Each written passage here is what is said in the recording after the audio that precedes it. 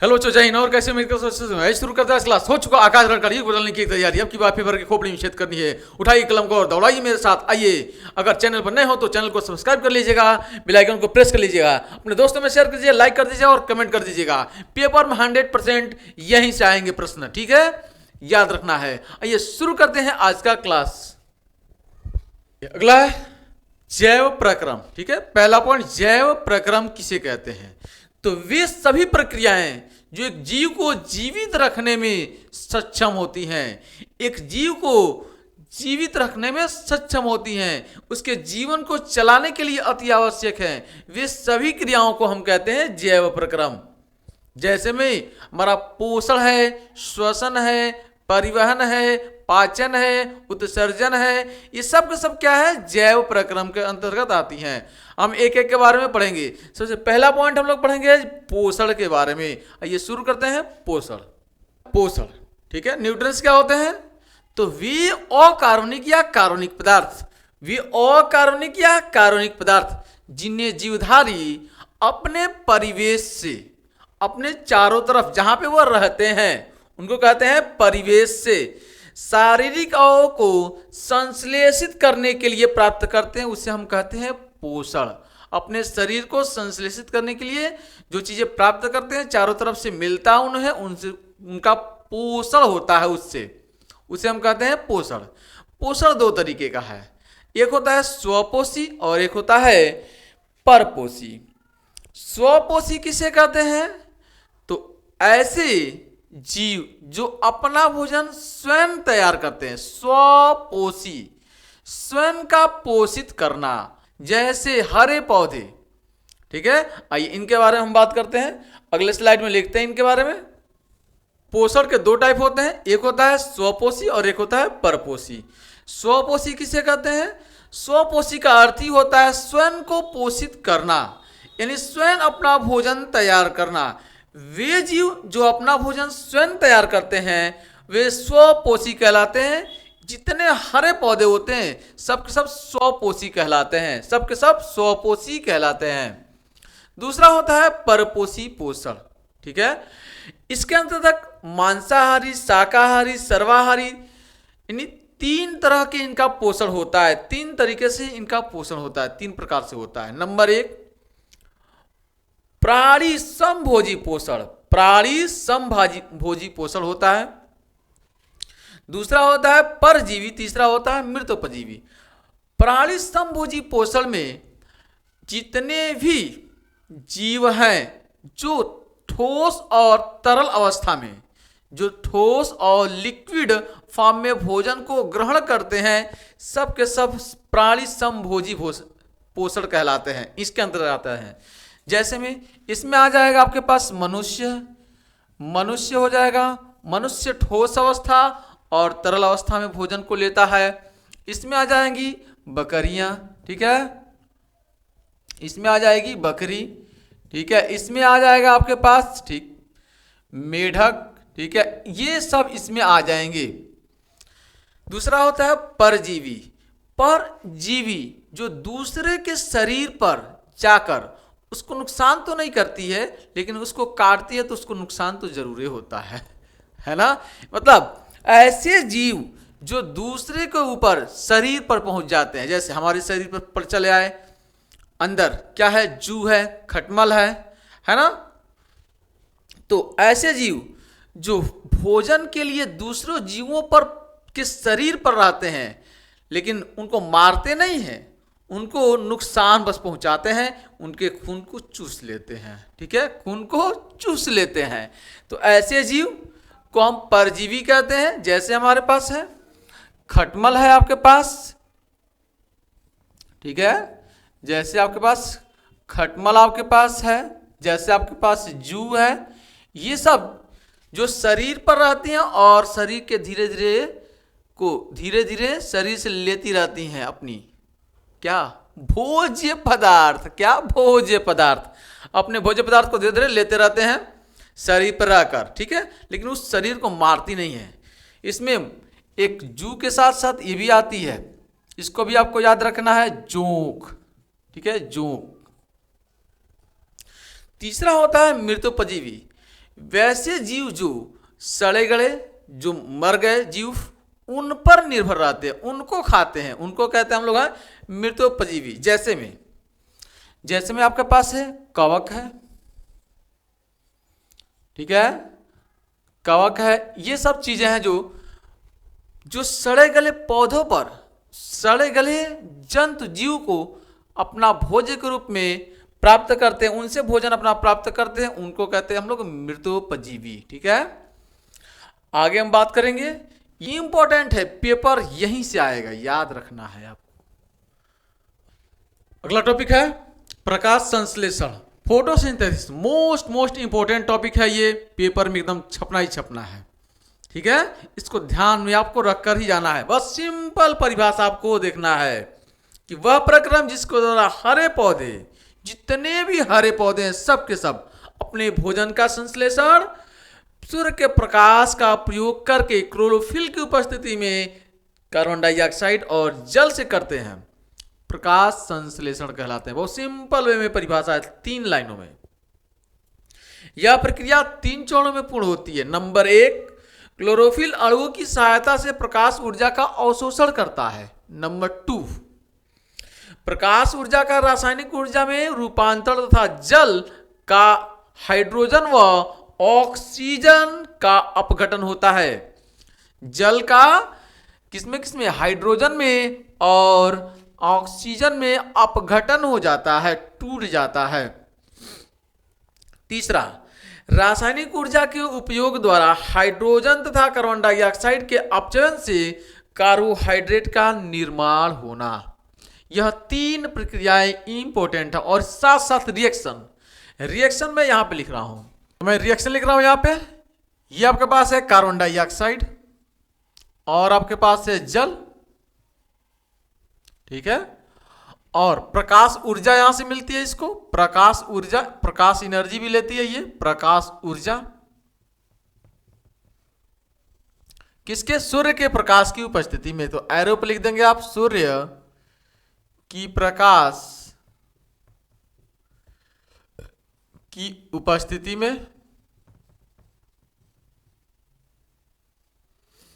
ठीक है। क्लोरोफिल आप लिख देंगे इसमें साथ साथ, ठीक।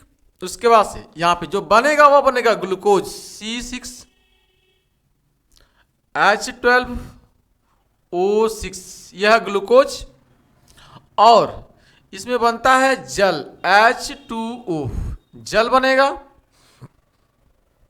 यहां पे देखें, और साथ साथ ऑक्सीजन भी बाहर निकलता है जो हम ऑक्सीजन लेते हैं, ठीक है।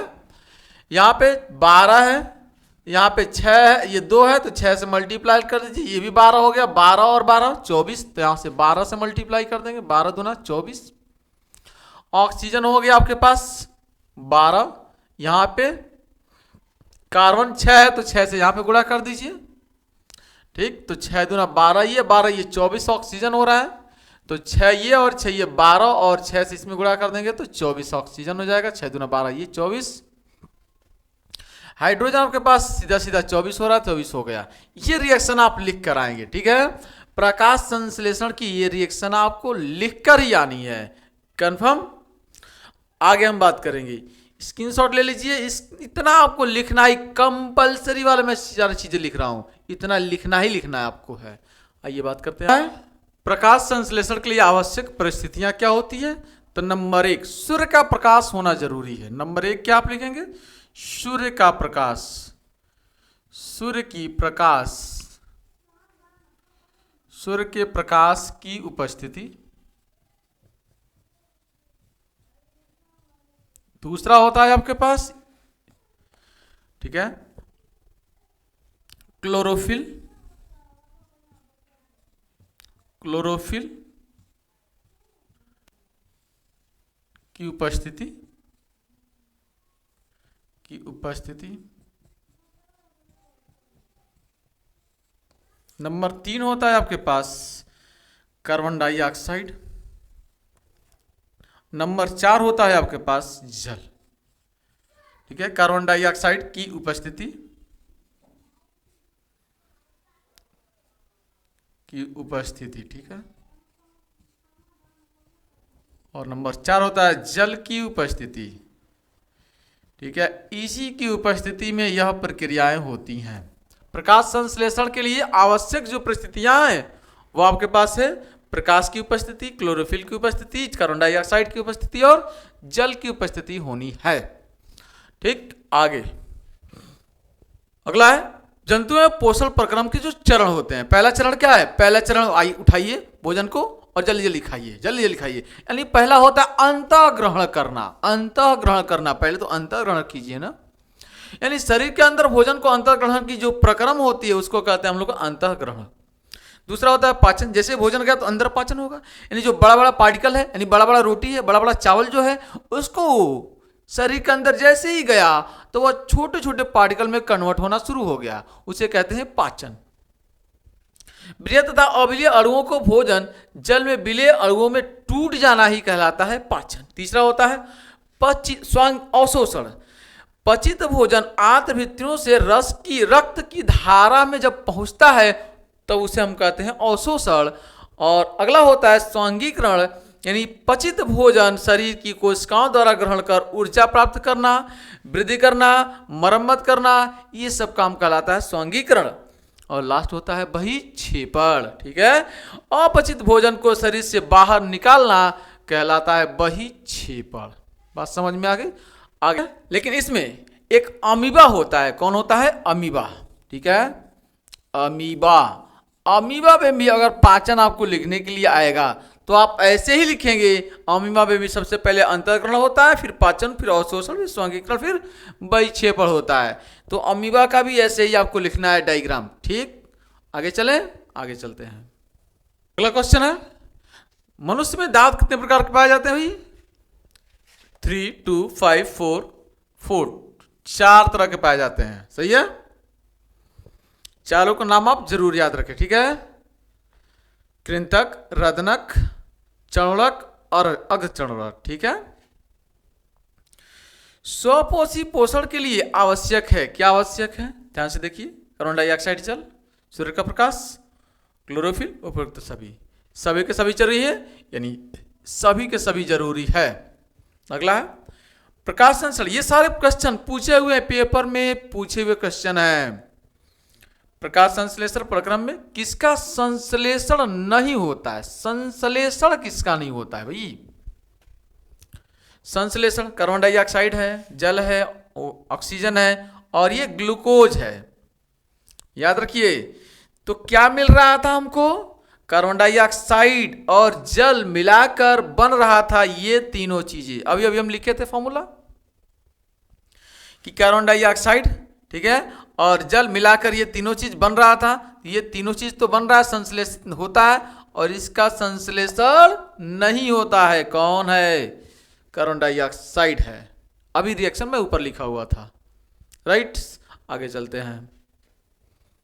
अगला क्वेश्चन है निम्न में कौन परपोषी नहीं है? परपोषी नहीं है। ठीक है, तो परपोषी कौन नहीं है? कवक है, फीताकृमि भी है, ईस्ट भी है, मनी प्लांट, ये कोई परपोषी नहीं है। परपोषी भी होता है जो दूसरे के शरीर पर जाकर उसका खून चूसना, परपोषी।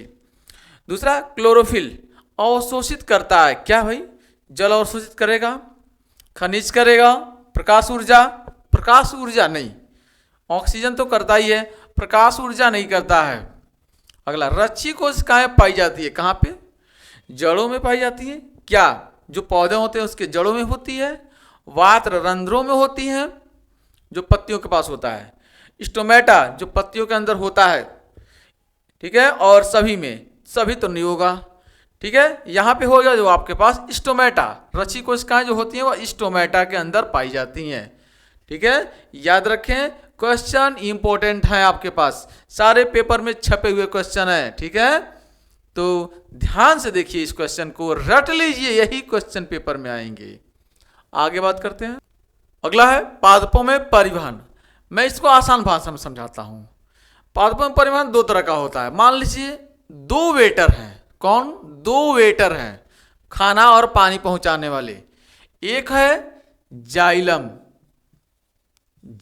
यानी जल पहुंचाने वाला वेटर, और दूसरा होता है फ्लोयम, ये फल पहुंचाने वाला वेटर है। जाइलम का काम क्या होता है कि जड़ों से लेकर पौधों के पत्तियों तक जाइलम, जो मतलब जल को पहुंचाना, जल को पहुंचाना, ये इसका काम होता है। फ्लोएम का काम होता है फल, यानी खाना बन गया, पौधों की पत्तियों के पास प्रकाश संश्लेषण द्वारा भोजन तैयार हो गया। उस भोजन तैयार हो गया तो उस भोजन को फ्लोएम यानी फल पूरे पौधों के अंदर फल वितरण करना वेटर का काम होता है भाई, देना उठा उठा के। तो ये पूरे पौधों के अंदर फ्लोएम लेकर जाता है और वितरण करता है भोजन को। तो जाइलम पूरे जाइलम जल को पहुंचाता है और फ्लोएम फल यानी जो भोजन बन गया उसको पहुंचाता है। ठीक है। अगला, पादपों में जल तथा खनिज लवणों का जो मार्ग होता है इसको याद रखिएगा। मूल है, मूल से ब्राहा त्वचा में जाता है, उसके बाद से वल्कुट में जाता है, फिर अंतः त्वचा में, फिर जाइलम वाहिनी तथा वाहिनिकाय में जाता है, फिर उसके बाद से पौधों के विभिन्न अंगों में पहुंच जाता है। ये आपको याद रखना है। ठीक, परिवहन में। आगे बात करें, अगला है मानव में परिसंचरण तंत्र। ठीक है। तो मानव में जो परिसंचरण तंत्र होता है वह दो होता है। एक होता है आपके पास का रक्त परिसंचरण तंत्र और दूसरा होता है आपके पास लसिका। अभी हमने पौधों के अंदर दो वेटर हमने पढ़ा है, यहाँ पे दो वेटर हम पढ़ रहे हैं। कौन कौन? एक तो रक्त परिसंचरण तंत्र,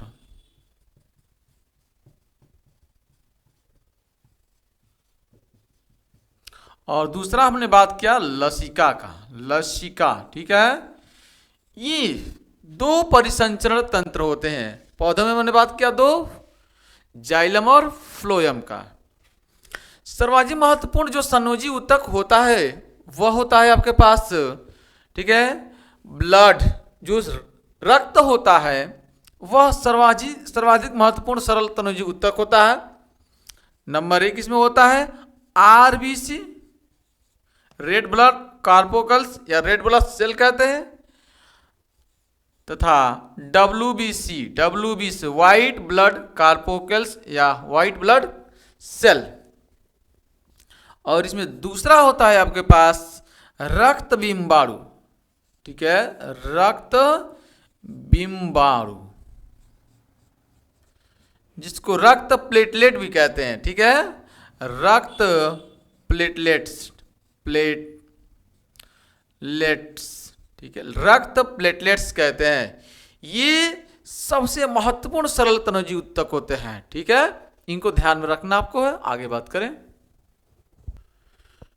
अगला है रक्त के कार्य, फंक्शन ऑफ ब्लड। ठीक है, पहला पॉइंट है रक्त ऑक्सीजन का फेफड़ों से शरीर के विभिन्न अंगों में परिवहन करता है। रक्त का काम होता है कहां से? फेफड़ों से शरीर के विभिन्न अंगों में पहुंचाना। दूसरा पॉइंट, रक्त शरीर की कोशिकाओं से कार्बन डाइऑक्साइड को फेफड़ों तक ले जाता है, ये रक्त का काम होता है दूसरा। तीसरा पॉइंट इसका है कि रक्त पचित भोजन तथा हार्मोन्स का भी परिवहन कराता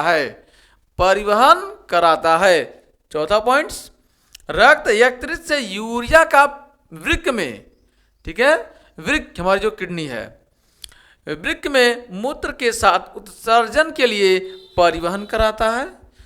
पांचवा पॉइंट, रक्त शरीर को रोगों से बचाता भी है और हमारे शरीर के ताप को नियंत्रित करता है, नियमन करता है। ठीक है, ये रक्त का काम होता है। आगे बात करेंगे हम, अगला क्वेश्चन है, ठीक है, जठर रस स्रावित होता है, कहां से होता है? अग्नाशय से या पित्ताशय से या अमाशय से या यकृत से। जठर रस स्रावित होता है कहां से? भोजन, जैसे ही आप भोजन लेंगे मुख से, ठीक है, ग्रॉस नली से होते हुए कहां पहुंचता है? अमाशय में। ये क्रमानुकुंचन गति करते हुए पहुंचता है, लुगड़ी टाइप हो जाता है, कहां पहुंचता है? अमाशय में। ठीक है, तो अमाशय में क्या होता है? जठर रस, यहां से जठर रस स्रावित होता है। ठीक है, निम्न में से जल में घुलनशील विटामिन है, जल में कौन सा घुल जाता है विटामिन? ठीक है, तो जल में घुलता है बी और सी, याद रखना आपको है। ठीक है, सवाल अगला पूछ लेगा वसा में घुलनशील, तो इसको छोड़कर बाकी सब। अगला है, मनुष्य में लार ग्रंथियों की संख्या कितनी होती है? तो लार ग्रंथियां 3 जोड़ी होती हैं। कितनी होती हैं? 3 जोड़ी होती हैं। राइट, याद रहेंगे, पेपर में छपेगा और आपको छाप कराना है। राइट, आगे क्वेश्चन है, ऑक्सी शोषण तथा अनाक्षी शोषण में आपको अंतर लिखने को आएगा। ठीक है, लिख कराना है, छाप कराना है। कैसे लिखेंगे? सिंपल सिंपल वे में बस आपको दिमाग में रखिए। ऑक्सी शोषण मतलब ये ऑक्सीजन की उपस्थिति में शोषण करता है। क्या? ऑक्सीजन की उपस्थिति में यह शोषण होता है। यह शोषण ऑक्सीजन की उपस्थिति में होता है, उपस्थिति में होता है। ठीक, और ये शोषण होता है वो ऑक्सीजन की अनुपस्थिति में होता है। आप लिखेंगे ऑक्सीजन की अनुपस्थिति में, ऑक्सीजन की अनुपस्थिति में शोषण होता है। इसमें ठीक है, ऊर्जा अधिक मात्रा में मिलती है। इसमें ऊर्जा जो होती है वो अधिक मात्रा में, ऊर्जा अधिक मात्रा में, अधिक मात्रा में, और इसमें ऊर्जा कम मात्रा में, इसमें ऊर्जा कम मात्रा में। याद रखना बस है, की पॉइंट आप याद रखेंगे आप तुरंत लिख लेंगे। ठीक है, इसमें 2 चीज होता है, एक होता है आपके पास क्लोरोप्लास्ट और एक होता है आपके पास माइटोकॉन्ड्रिया। क्या होता है? माइटोकॉन्ड्रिया। तो 2 चीज इसमें होता है, क्लोरोप्लास्ट और माइटोकॉन्ड्रिया, जबकि इसमें सिर्फ क्या होता है? क्लोरोप्लास्ट होता है। ठीक है, तीसरा क्या अंतर हो जाएगा? क्लोरोप्लास्ट और माइटोकॉन्ड्रिया होती है, जबकि उसमें सिर्फ क्लोरोप्लास्ट होता है। बात समझ में आ गई है? आप लिखिए यह, ठीक है, क्लोरोप्लास्ट तथा माइटोकॉन्ड्रिया, माइटोकॉन्ड्रिया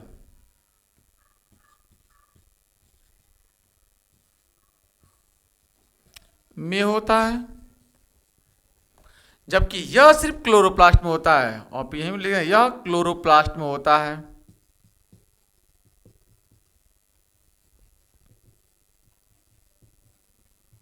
ठीक है, ये मोटा मोटा 3 अंतर आपको लिख कराना है। राइट, आगे बात करते हैं।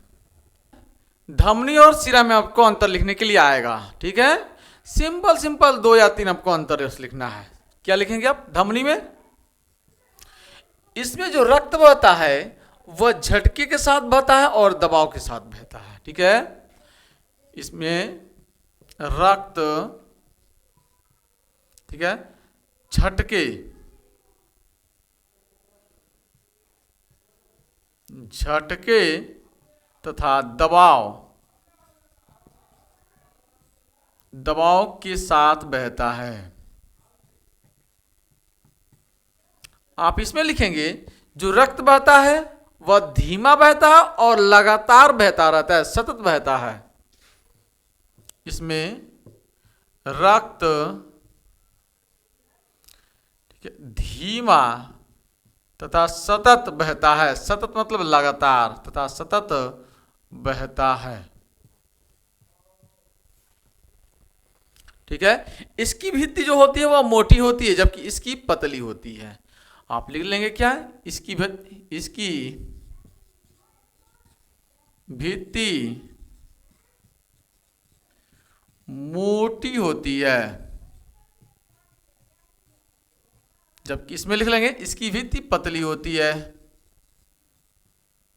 इसकी भित्ति पतली होती है, पतली होती है। बात समझ में आ रही है? इसकी भित्ति क्या होती है? मोटी होती है, जबकि इसकी पतली होती है। ठीक है, इसमें जो गुहा होता है वह संकीर्ण होता है। इसकी गुहा संकीर्ण होती है,